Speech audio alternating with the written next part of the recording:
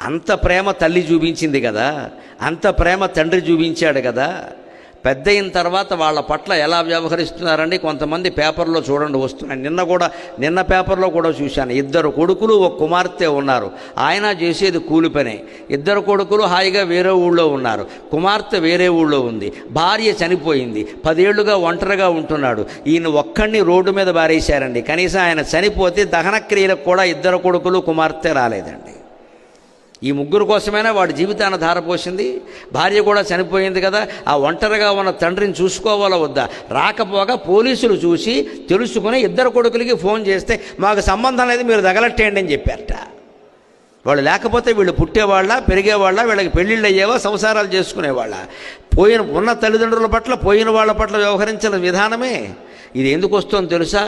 పిల్లల్ని అనే ముందు పెద్దవాళ్ళ మనం కూడా ఆలోచించాలి. ఇవాళ సంస్కృతిని మీరు వస్తు వినియోగాన్ని గమనించండి. Consumption of the goods. ఇదివరకు కలాలు ఉండేవి మా కాలంలో. ఒకే కలం 6వ తరగతి నుంచి 10వ తరగతి వరకు నేను ఒకటే పెన్ను వాడాను. మహా అయితే 2వ పెన్ను వాడేవాము, అంతకంటే ఇలా. మా నాన్నగారు ఏం చేసేవారంటే పరీక్షకి వెళ్ళినప్పుడు 2వ పెన్ను ఇచ్చేవారు. ఒకవేళ మధ్యలో అది రాయకపోతే ఇది పనిచేస్తుందిరా పట్టుకెళ్ళమని అనేవారు, వాడేవాళ్ళం అంతే. 5 ఏళ్ళు ఒకటే పెన్ను అండి. 2వ పెన్ను కొనమంటే నీ చదువుకు మళ్ళీ పెన్ను ఒకటి దండగా మానే అనేవాడు ఆయన. ఆ కళలు వాడినప్పుడు మాకేమర్థమైందంటే బుర్రలో అదే పెన్ను ఇంకు పోసుకుని మళ్ళీ మళ్ళీ వాడుకోవాలి అంతే. అదే పుస్తకం నేను 5వ వాడిని. మా అన్నదమ్ముల్లో 7 అన్నదమ్ములు, నిజానికి 2 పోయారు, 5 ఉన్నాం. 5లో నేను 5వ వాడిని, చివరి వాడిని. మా 4వ అన్నయ్య 3వ అన్నయ్య చదివిన పుస్తకాలే నేను చదువుకున్నా. కొత్త పుస్తకాలు నాకు ఎప్పుడు నా కర్మ అంతే, చివరి వాడిని కదా అందుకని. అన్నయ్య పుస్తకాలు దాని మీద అప్పటికే పెద్ద అన్నయ్య రాశాడు, 3వ అన్నయ్య రాశాడు. ఇప్పుడు నా పేరు కూడా రాసుకోవాలి ఇక్కడ. అలాగే చదువుకున్నాం. కొత్త పుస్తకాలు కొనండి అంటే కొత్తవి ఎందుకురా, ఆ పుస్తకం బాగానే ఉందిగా, అట్టేసుకో, బైండింగ్ చేయించుకో.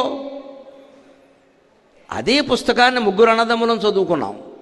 అదే కళాన్ని జీవితాంతం వాడాం. కాబట్టి మొహమాటం లేకుండా చెబుతున్నా, అదే మనిషితో జీవితాంతం కాపురం చేస్తున్నామమ్మా, అనుమానమేలా.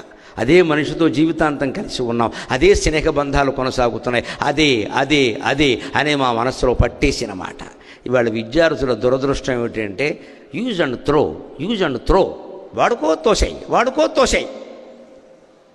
వాడుట తోసివేయుట అలవాటుగా మారెను జీవితాన. కాపాడు కృతజ్ఞతల్ గణము వస్తువులైన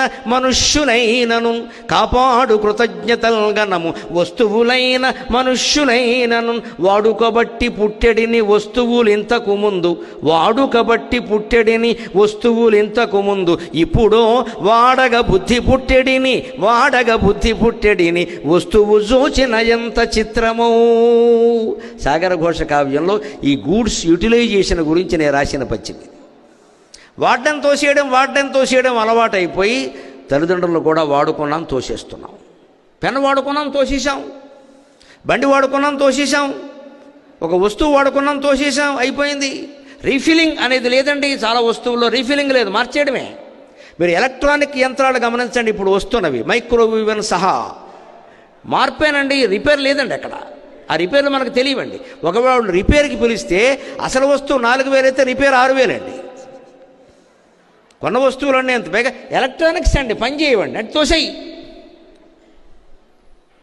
ఎన్ని వస్తువులు కొంటాం? పైగా ఈ కొనడం వల్ల మనకి డబ్బు దండగే కాకుండా ఇంజనీరింగ్ విద్యార్థులు మీరు తేలిగ్గా గ్రహించగలరు. ఎలక్ట్రానిక్ చెత్త పర్వతాల్లా పేరుకుంటోంది, బయట పర్వతాల్లా పేరుకుంటోంది.